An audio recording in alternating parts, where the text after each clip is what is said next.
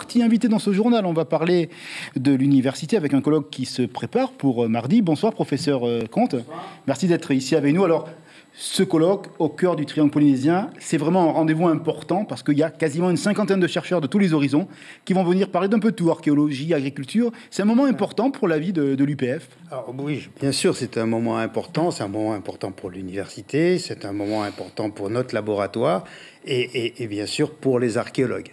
Professeur, c'est un rendez-vous qui avait déjà été fixé il y a 20 ans, parce que c'est la continuité d'un colloque qui avait beaucoup résonné dans le monde universitaire et dans le monde de la recherche, en 2000 exactement. Voilà, en l'an 2000, avec mon collègue Patrick Kirsch, qui à l'époque était professeur à l'université de Berkeley, nous avions organisé un colloque à Montréal. Nous étions peut-être 12 ou 15. Et 20 ans après, nous avons eu l'idée de refaire ça avec un autre collègue, mais Patrick Kirsch est aussi là, et qui s'appelle Guillaume Moll. Et bon, on a été un petit peu retardé par le Covid, et donc c'est 22 ans après. Et voilà, donc on fait le point sur ce qui a été accompli en 22 ans.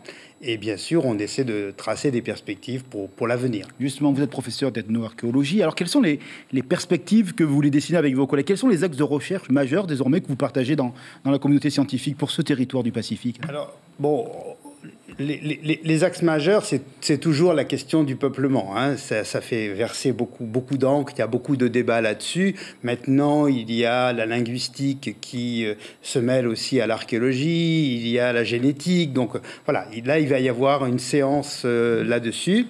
On va aussi avoir une séance sur la reconstitution des environnements.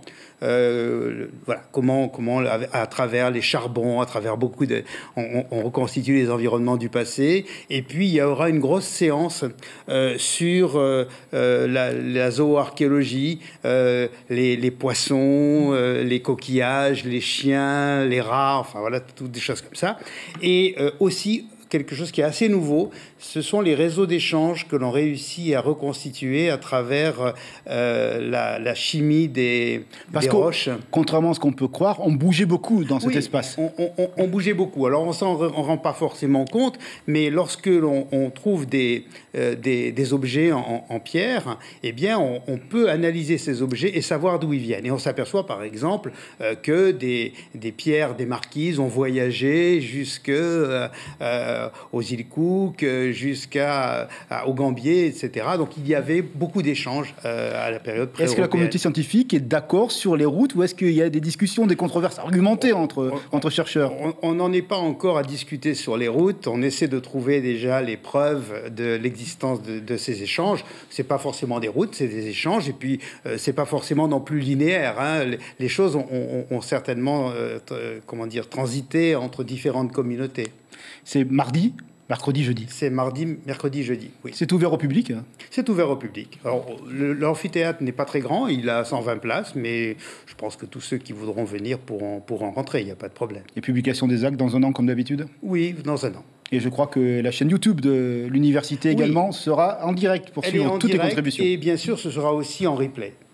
Parfait, 50 chercheurs quasiment pour rappeler l'importance de l'UPF dans la connaissance de l'espace océanien. Merci professeur d'avoir été invité du journal. Donc mardi à l'UPF si vous êtes intéressé par tous ces sujets fort intéressants.